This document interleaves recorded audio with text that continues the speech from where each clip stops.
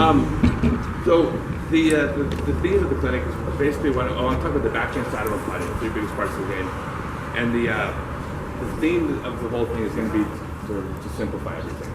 I've read lots of other books, watched videos on other sports, trying to learn about other sports, but also how to teach. And the best example I got is that I came across a book on the technique of throwing darts. It was 300 pages long. And I don't know anything about darts, and that's nonsense for sure. Darts is hold it like this, stand like this, don't move your elbow, and do that, and then keep doing it until you're good. Like that's darts. It's page 1. Other 299 pages is nonsense. I think you actually even make it worse. I didn't read the book, but I'm sure that if you stopped at page 1, you'd be a better dart player than if you read the whole book. I'm positive. So what I try to do with this golf is I'm going to try to. What's up? Sorry about me. Oh, you're good. I'm going to try to simplify techniques as much as possible. I'm going to try to remove the 299 pages of throwing techniques, take it back to page 1, and then do that over and over again. And that's how you can. He just told us how he loves darts. Loves what? Darts, playing darts. Oh yeah. Bumblebees is all I threw. Really? I thought that was. Sweet. I don't know. That's the only darts I've heard of. So. I know nothing about cars, but I know that there's something called a catalytic converter, and whenever anybody talks about cars, guys, I'm like, what are the catalytic converters? Just the cat. Yeah, they're like, oh no, it can't be that. It's because of this, and I'm like, oh well, that was. I concur. So yeah, it's a fun. So anyways, I'm gonna try to simplify as much as possible. So with that in mind, with the backhand, I'm going to start with the grip. With all, start with the grip. Some of the things I'll talk about, I believe there's a right and a wrong way to do it. I think there's some things that are black and white. I don't believe that there'll ever be a universally correct grip in this golf. And the reason I think that is that everybody has different shaped hands, different fingers. By the way, you guys want to step in the sun? Maybe you guys are cold. I'm fat. I'm insulated. I'm good. This should be a drinking game. Make us feel bad. Every time I trip in this hole and fall down, everybody's got a drink. I got my coffee. Thank you very much. Like I said, I don't believe it's going to be a universally correct grip. There are, however, 3 general categories of grips that I think are all equally effective. This is completely free for everybody if you want to. All right, so you know. Exclusive. So the first is the band grip, which is all 4 fingers underneath, fingernails pointed up. The second is the pinch grip, which is all 4 fingers, fingernails pointed up, and fingers pulled in. And the third is the power grip, all 4 fingers underneath. Again, I think whichever one of those grips works for you, you can go with. But a couple things to have in common. First is you want to grip with all 4 fingers. So unlike, say, a 3-finger grip with your pinky off the rim, or what is probably more common, the grip with the index finger on the rim, this is a 3-finger grip, because this finger's not doing anything here. You actually want all 4 fingers underneath gripping the disc. Second thing is on top, you want your thumb slid up against where you can feel the underside lip of the disc. The way I like to describe this is if someone poured baby oil on top of your disc and you had absolutely no friction whatsoever, but you were going to have to throw it, you'd have to grip onto something. If your disc was completely slick, the only thing you could grip would be to slide your finger forward, squeeze down until you felt that lip right there. So that's where you want your thumb to be. So you're using friction, but take advantage of that lip as well. But I will add, if someone had never played disc golf in their life and I started them from scratch, I would default to a power grip. So all things being equal, I would say start with that. But if it doesn't work, don't worry. After the grip, everything is going to come down to this central idea with the backhand. Everything is linear. Everything is going to be on a straight line, the direction you're throwing, or 180 degrees opposite the direction you're throwing. Now what's important is it's the direction you're throwing, not where the target is, the T-pad is, or the T-pad's lining up, or the disc lines up. If, for example, the basket is at the corner of the property over there, of course the T-pad's probably going to be pointed that direction as well. But if you have to throw an obstacle in there, everything's going to be a straight line in the direction that you're throwing. So forget where the disc is going to wind up. That everything is a straight line where you're throwing. So with that in mind, I'll demonstrate everything.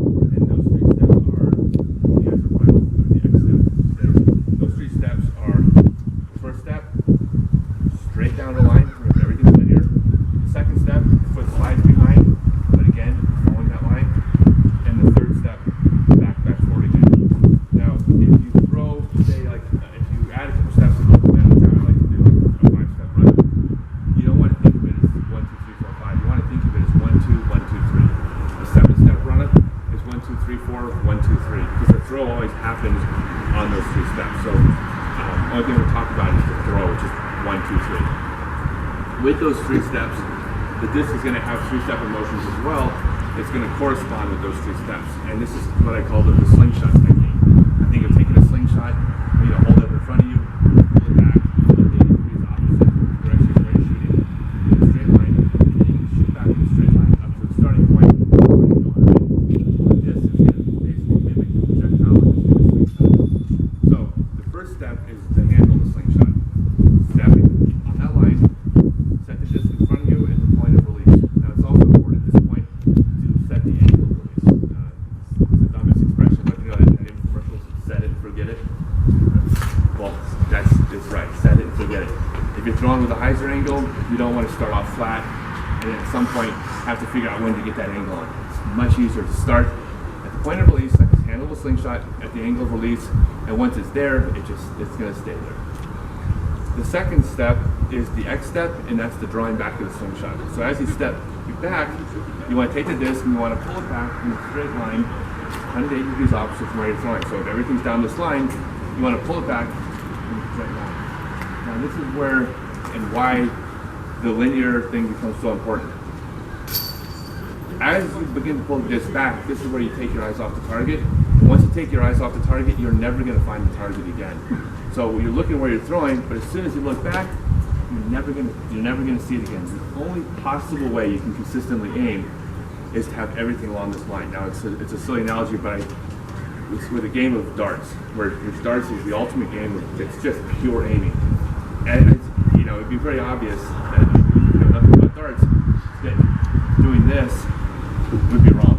Doing this would be wrong. Doing this would be wrong. I mean, it's totally obvious that the only thing that would be right is 180 degrees opposite, back to your target. It's the only possible way to aim. And that's with your eyes on the target. So taking your eyes off the target, the only way to possibly aim is keeping everything on this line. So, step 1, down the line. Step 2, X step, down the line. Pull the disc back in a straight line, down the line. At this point right here, you should actually be looking down the hand, past the arm, past the shoulder, and see exactly where you're going to be throwing. So in a straight line, you're now pulling it. So again, if you're ready to try to keep it on this line, this is the way you can actually find the target without seeing it. And you can do it. The third step is stepping back on the line, and then pulling back as best possible in a straight line back up to the release point. This is the releasing of the slingshot back to the release. Now this is the first of, we're talking about 3 big misconceptions of throwing techniques. This is the first one. Have you guys heard that you want to pull the disc across your chest when you throw? Right? Pretty common? Don't work. Okay.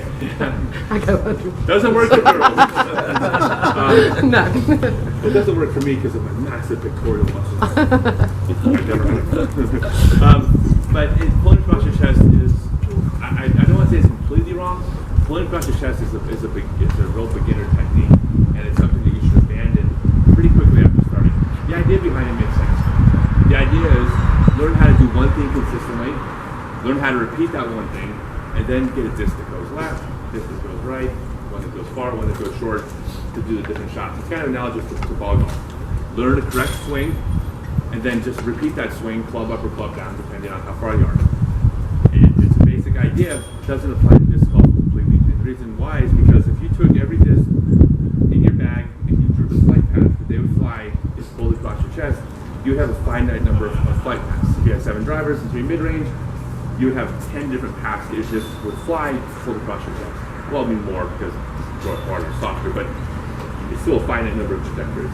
If you took those flight paths and you laid them over every single hole you play, you're going to encounter holes that don't line up with any one of those flight paths.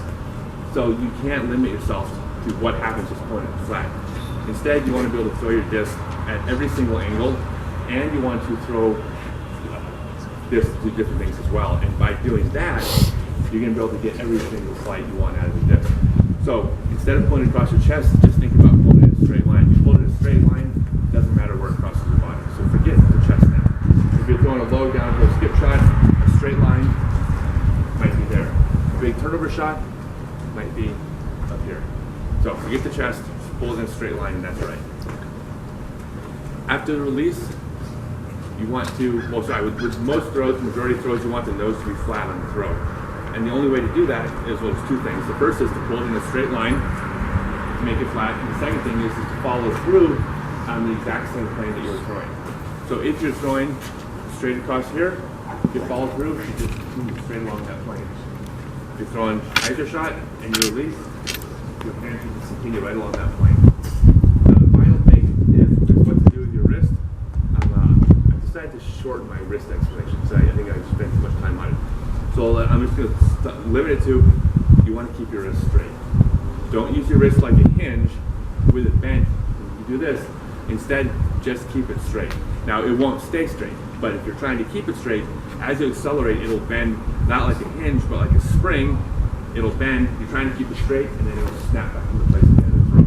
So you're not going to see a couple exceptions, but generally, this is where you're going to see a top play reaching back, not like this. Just keep your wrist straight. Any questions?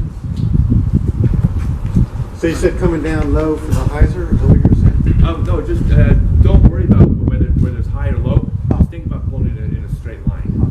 So basically, like if you were throwing, if I was throwing the high shot over the trees, I'm going to come back in a straight line. At this point here, it's going to point from my hand past my shoulder over the trees, and then I'm going to try to pull it in a straight line.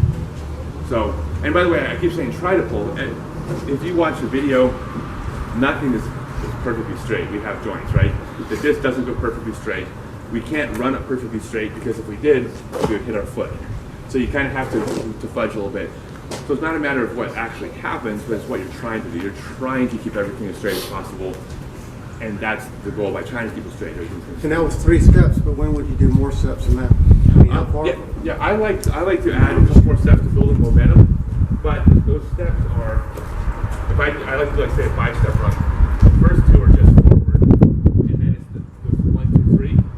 But I'm not thinking 1, 2, 3, 4, 5. But you'd line up your first. My first step is yeah. Well, I'm still going to be on that line. Okay. And it's 1, 2, 1, 2, 3, but everything's on that line. If I'm throwing this direction, I don't want to come here and then try to straighten up again. It would be the same thing again. I always do other sports analogies because how I can visualize things and simplify them. If someone was throwing darts and they did this, it would clearly be wrong to come from here, go forward. Like it would be so obvious. Well, running off the tee pad at an angle, any angle different than you're going to be throwing is just as wrong. It's much easier to start on line and stay on that line than it can come off the line and then try to find the line. You're going to be more consistent staying on the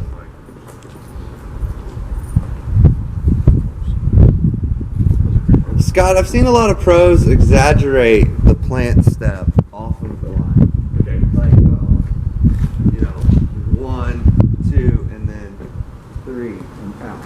Yeah. Kind of like diamond and Yeah. Take the big step out. I think what you want to do is you want to try to swing the line. Yeah. There's always Is that them just staying on the line? They're just pulling farther away from their body or something? I Or would have to watch it. Oh, okay. If they're throwing this direction, and they're stepping up for turnover shots. okay.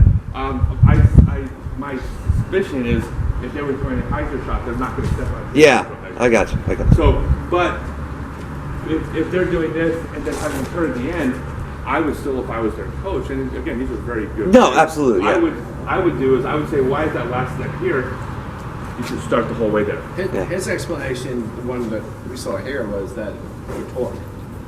Because his thing was step out here and then you had a lot more torque. I don't know. It doesn't. Yeah. I tried it. Yeah, It worked for me. It did not work for me. Yeah, It didn't work for me either. It just gets you all populated. That might have something to I do with think it. everything is linear. I really Whatever works. I really believe this. Yeah. And anything off of that, there's a lot of little. Well, there's a couple things. One of the things, and this is just a personality of teaching techniques, but there's a big difference between what you do and what happens. And I like to teach them what you do as opposed to what's actually happening. Because what actually happens might be a little different. So one example would be a common question is, well, do you rotate on your heel or your toe? Yeah. Okay, my answer to that question is, you do it right. What's happening with your foot is what happens, not what you do. You're not going to be thinking, okay, rotate on my heel right about now. Right. No, that doesn't happen. What you're doing is you're reaching back, you're taking 3 steps, reaching back, pulling forward, and your heel taps or your toe. Right? And by the way, Simon and Paul, like each have they're different. But that's something that happens. It's not something that you're doing. So I kind of leave that out. So if someone is stepping a little bit to the side, I would still say that's what's happening to them, as opposed to what you're doing. You're still trying to move a straight line. I believe firmly in the linear. Even if you got a little bit more torque, to come off that line would be wrong. Again, I try to be critical of players who are very, very good. But that's what I think. I can demonstrate. These are mid-ranges. They're not going to fly super far, but Trying to make a pass at 2 trees easier to there. find So it's easy for me to It's find easier to mine. find them if you throw them Okay. in the same spot. if Simon, they will be in the same spot because I'm going to do everything linear. Booyah, transition to this will be far less impressive than Simon. She watches Simon videos. Right? I watch Simon videos. That guy, he's a freak. So, I'm old. But, okay, so remember, like, 2, 1, 2, 3. It's just like a slingshot. 1, 2, 1, 2, 3. Yes. Okay. These are addendums to the things. The first is the angle of the throw, which I'll bring up just because it's important. The angle of the throw is it's like a bell curve. Most of it takes place, the majority of the curve takes place in the shoulder. So a high fist throw, a flat throw, turnover throw, very little changes. It's in the shoulder, comes in the shoulder. The reason it's a bell curve is because at the bottom end of the curve, at some point when you need to get enough angle, your shoulder won't do it, the waist comes into play. At some point up here, the waist comes into play. But the vast majority of throws, the angle comes with the shoulder. Because it doesn't fit into anything else, so I just kind of throw this. The second thing, this is what we'll get to, is that one of the most common things people say, well, they don't say as much about me as Simon, but that it looks effortless. Like it doesn't look like I'm throwing one. It's not effortless at all. The truth is, on that throw, both those throws, I tried really hard and I threw it really hard. I put a ton of effort into it. It doesn't look like it because you only want to be exerting energy, or the majority of energy, at the point when you hit. I guess it comes up to lining it up for a specific move, because when you're just standing there, you control how you're throwing it. But when you run up, sometimes you get off. Yeah, but that's where the run up, by keeping everything on the line is so important. The running up, yeah, everything's on. It's so much easier on when you start on the line to stay on the line than to try to find the line, especially at speed. But so what you want to do is you want to only really be exerting energy at the moment that this begins to accelerate. If on that run up, everything is completely relaxed until there. From here to there, that's where the throw happens. It doesn't look like a lot of effort because it's a very quick burst from here to here, but everything else was relaxed. And this is where you can, and I'll do this as well. I was just kind of demonstrating, trying to demonstrate slower. I'll run up a little faster as well. But even if you run up, it's relaxed to there. From here to there, that's where everything happens. And this is a really silly analogy or demonstration, but anything other than that would be like someone in ball golf running up to the ball and then going, right? It would be like ridiculous, right? Well, that's, yeah, exactly. Well, that's no different than running up on the keypad like this, muscling this back. It's not. Everything's relaxed. Even like a pro golfer, you know, it's not about they're relaxed here. And it's here. A professional billiards player, they can break like recreational players can. It's not it's back here. But from here to here, everything happens. So it's no different. From here to here, that's what it's doing.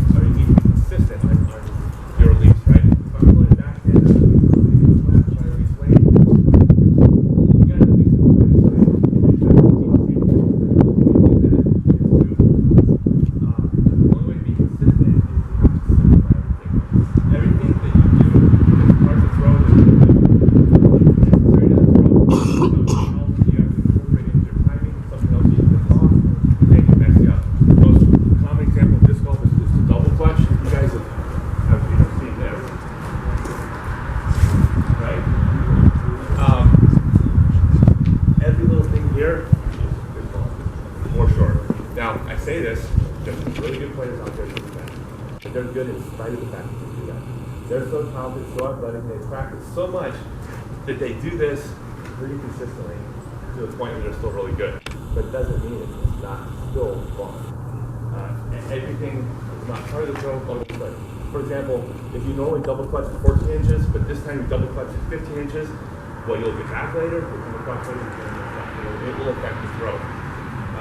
Again, with other sports, it would be obvious. If someone was throwing darts and doing this, or they were putting like this, like it would be wrong, right? It's 1, 2, 3, 2, 3, right? It's no different this one. Everything is 1, 2, 3. Oh, by the way, this also includes, I believe, even things that don't seem like they're part of the throw, but they're part of your routine. Yeah, for example, if your run-up starts like this, it'll be like just, that's not part of the throw, so what does it matter? Well, it is part of the throw. If you do that, that's something that you have to duplicate every time the exact same way to be able to do it. You have to do that every time there's one more thing that's wrong. Simplify everything as much as possible. So when it comes to throwing, it's a 5-step run-up.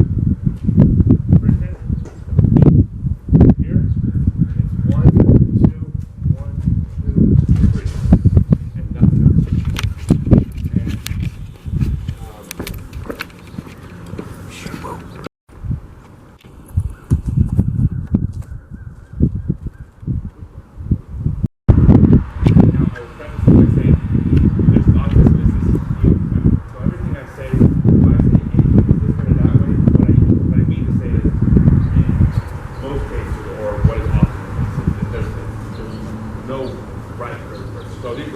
But in general terms.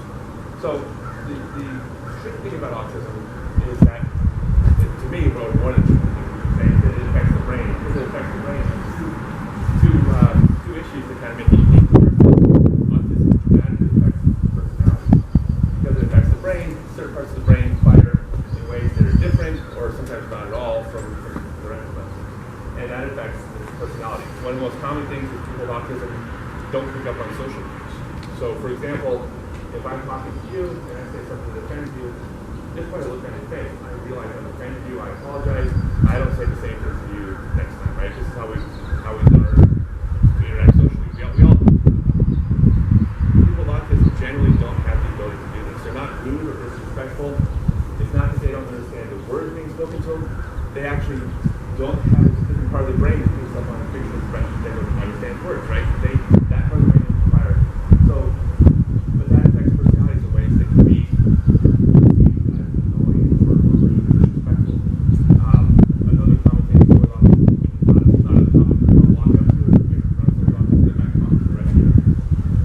Totally easier. Okay, well, it's the same exact reason behind that. If I do that to you, your shoulder hangs up, I back off. Like that, I realize that I was too close. Right? But so autism may not pick up on that. And that, again, that personality can push people away. That creates isolation. It also creates isolation for the families, especially parents, because when a person has autism, especially a child, they can act out because of the autism in ways that aren't socially acceptable, for instance. So like, you're at Walmart and you see a kid having a meltdown, and I always say, I'm guilty of this too. Kristen's got a 22-year-old son of autism. She's guilty of this, so we're not any better than anybody else. But our first thought when you see a kid having a meltdown is usually, wow, that kid needs to be disciplined. Or boy, those parents must spoil their kids. And they give them too much shit. I mean, whatever conclusion they jump to because they knew about it. And in some cases, that's completely true. Right? But in the case of autism, it's not. The child may be acting out because they have sensory issues, and they don't know how to communicate those issues. But parents get dirty looks, they get rude comments. Again, they don't want to go to the store now because that's isolation. So here's what we can do about it. If you recognize that the thing's not autism, all you need to do is if you see somebody you know they have autism, most words anywhere, just go say hello. Go say hello to them and their families. But I'm going to give you a couple quick tips on how to do it. So I didn't say scared, but sometimes you don't know what to do, right? So here's the tip. It's real simple. First is, because we know they don't pick up on social cues, don't be offended anything that they say. They typically don't have filters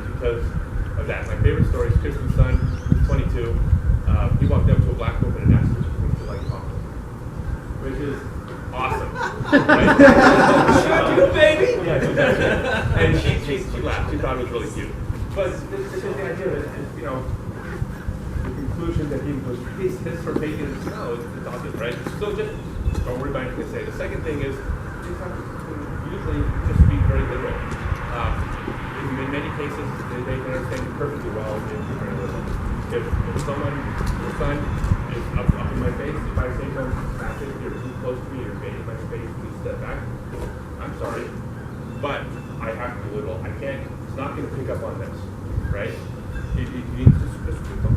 And a lot of times, a lot of things are fine. And the third thing is, people with autism often fixate on one thing to the exclusion of all others. It's just one thing of autism. So if you see like someone, a kid or adult with autism, and they're wearing a Harley Davidson shirt and a Harley Davidson hat and a Harley Davidson belt buckle, you walk in with a golf bag at the shoulder, just don't expect them to talk to you about this golf. They might, good chances that they won't. But if you talk to them about Harley Davidsons, if you engage their interest, you can have this incredible conversation with really interesting factors. You might know more about it than anybody else. No, they and it'd be really fun. So just engaging their interest. But if you do those three things, then all you get is welcome to talk to them. And if you do that, that family and the person off feel less isolated than they did yesterday when you guys were there. So that's my challenge to everybody here. If you encounter this situation, please just go say hi.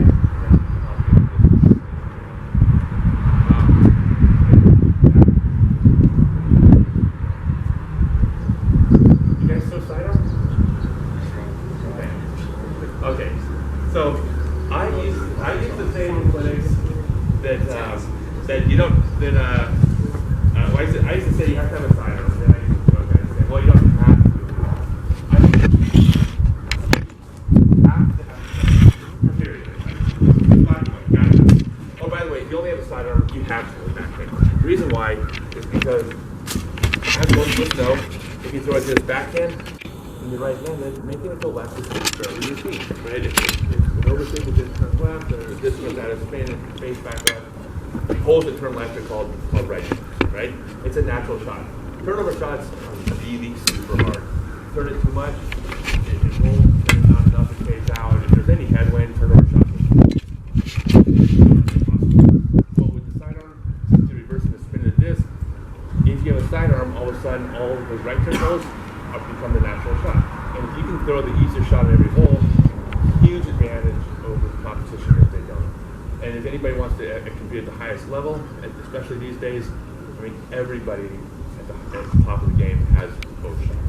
The league have every shot. How do you keep that with you don't? So, you gotta learn the sidearm. So, that's the most important thing I'm going to say today. As far as disc golf goes, by the way, isn't about how to do something, it's just to say, you have to do it. Now, I'll tell you real quick, my favorite expression in throwing techniques is sometimes you gotta take a step backwards.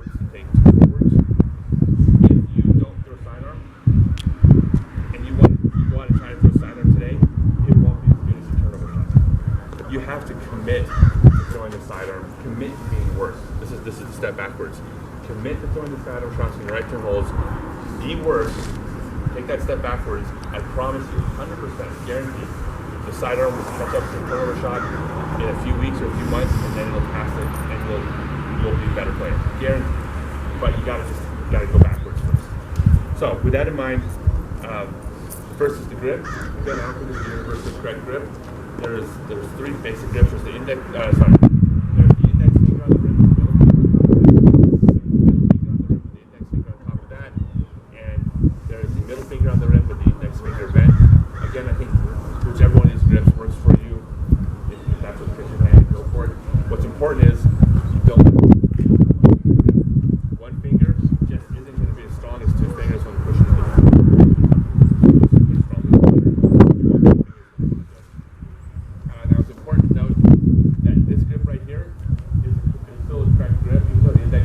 touching the rim, it's up against the finger, which is up against the rim. So it's still two fingers supporting the rim. But this right here is a one finger grip.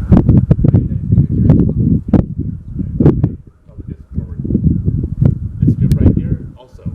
This finger here is not doing anything except resting there. This is a one finger grip.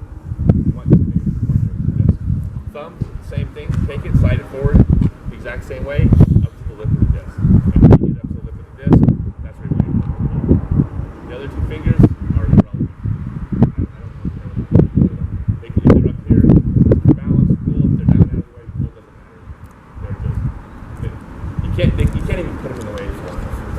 wherever these two fingers are, doesn't matter.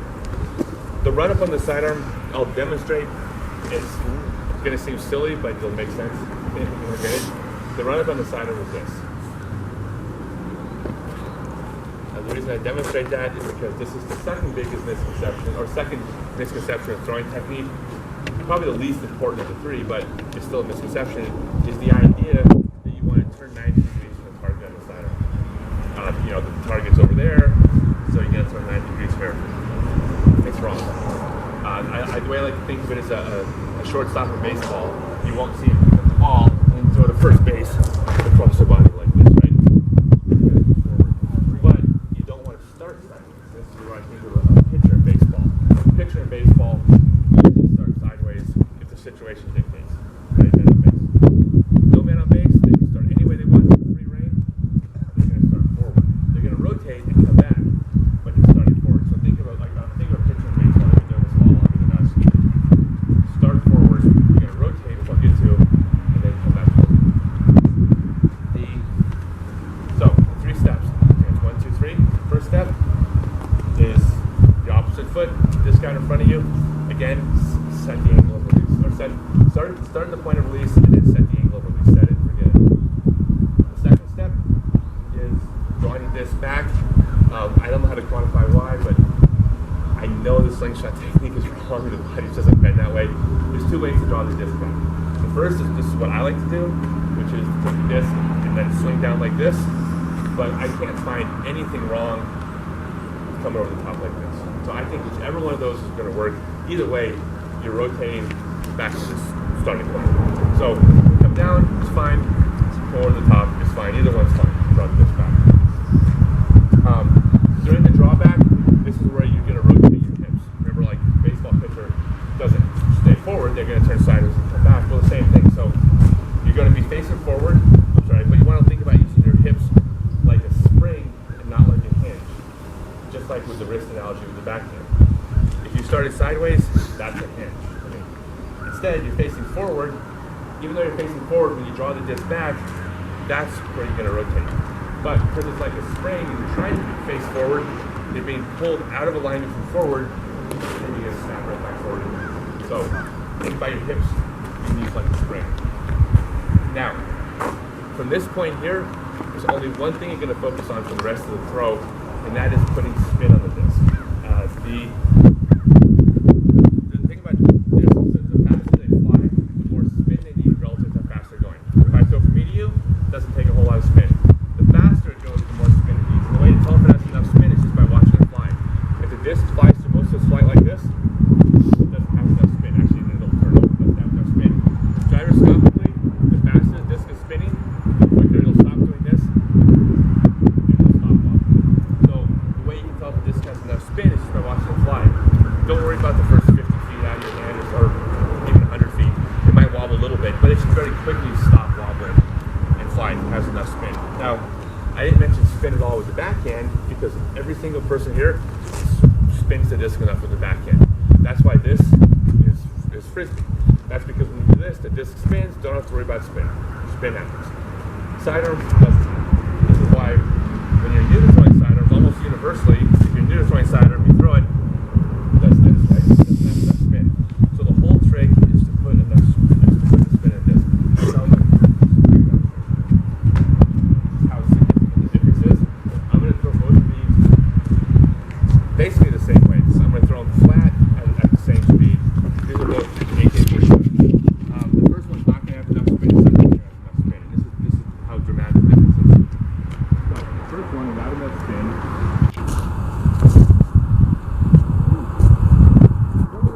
And then identical angle of speed.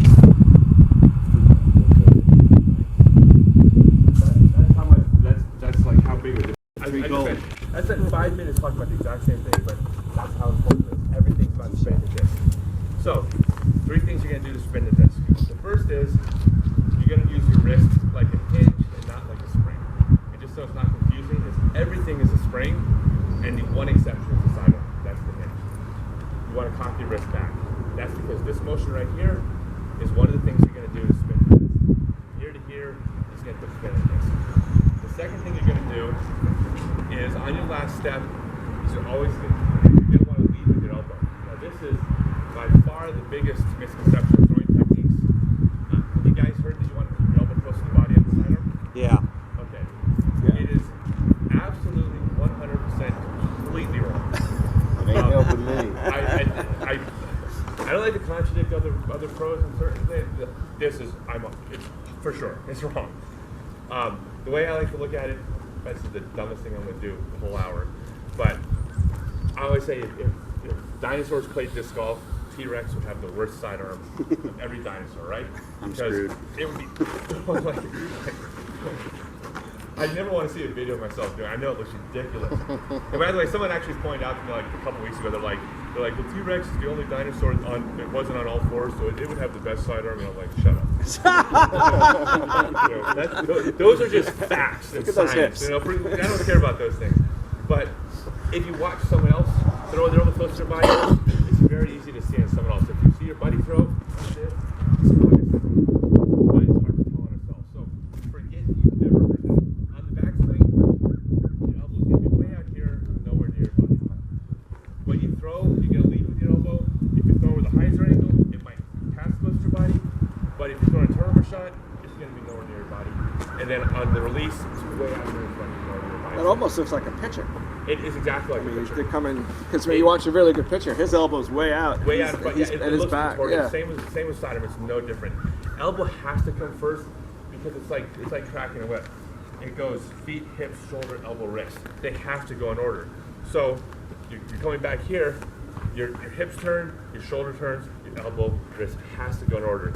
If your elbow's not out in front of you, then you're doing them out of order. It has to go down the order. So yeah, pictures look like that. So yeah, if I wasn't clear enough, that elbow close to your body thing, wrong. Just forget that.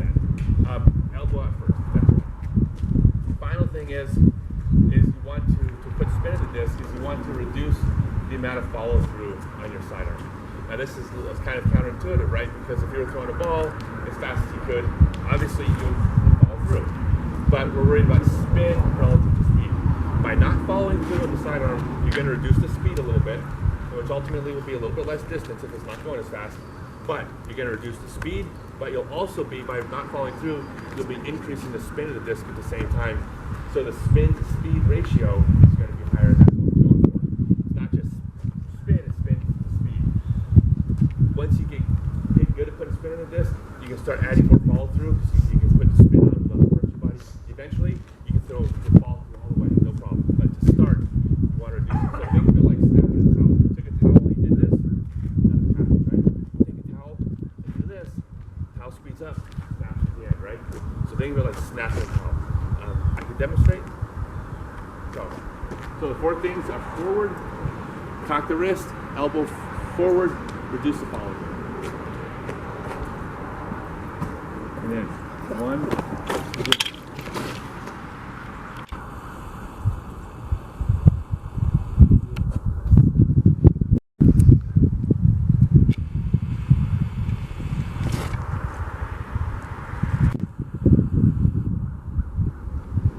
Got that tailwind playing.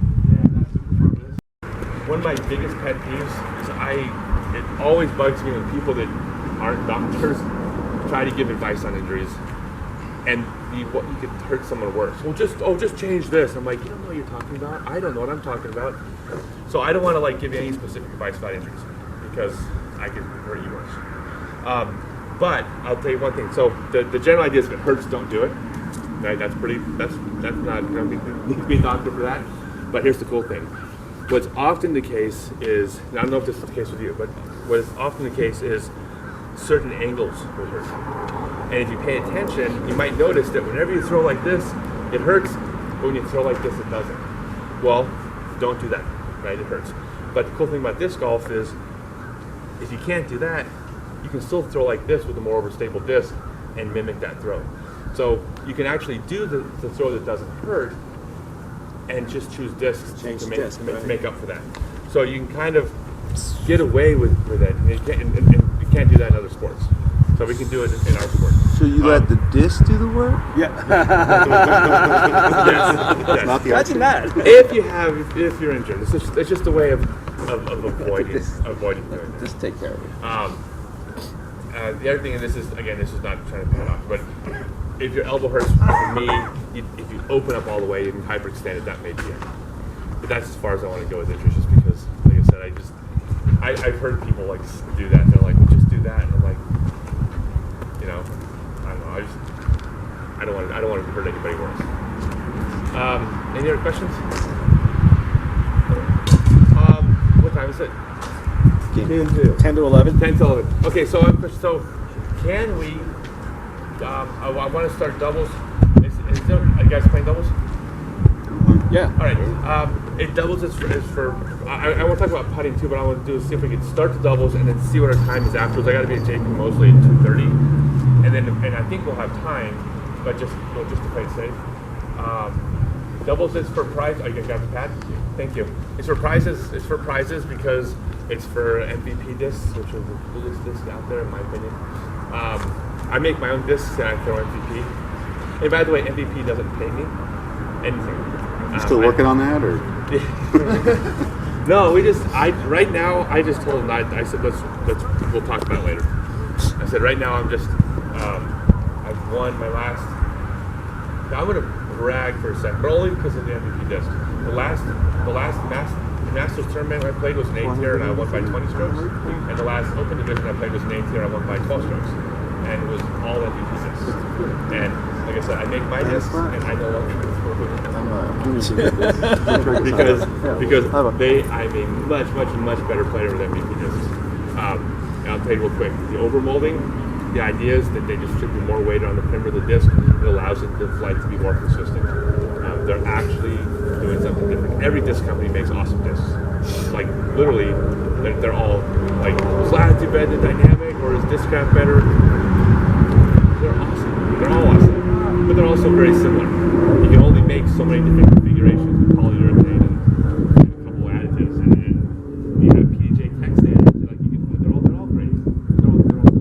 The overall actually allows everything to do something different, and because of that, in my opinion, I think they're great better. So let's just sign up for doubles, and then they say after doubles. So if you guys want, well, I'll do putting if we have time. We'll spend a few minutes.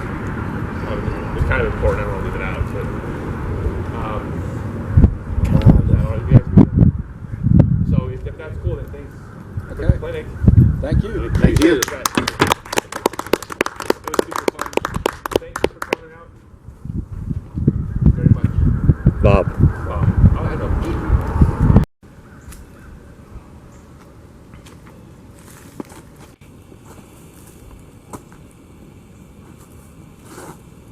Oh.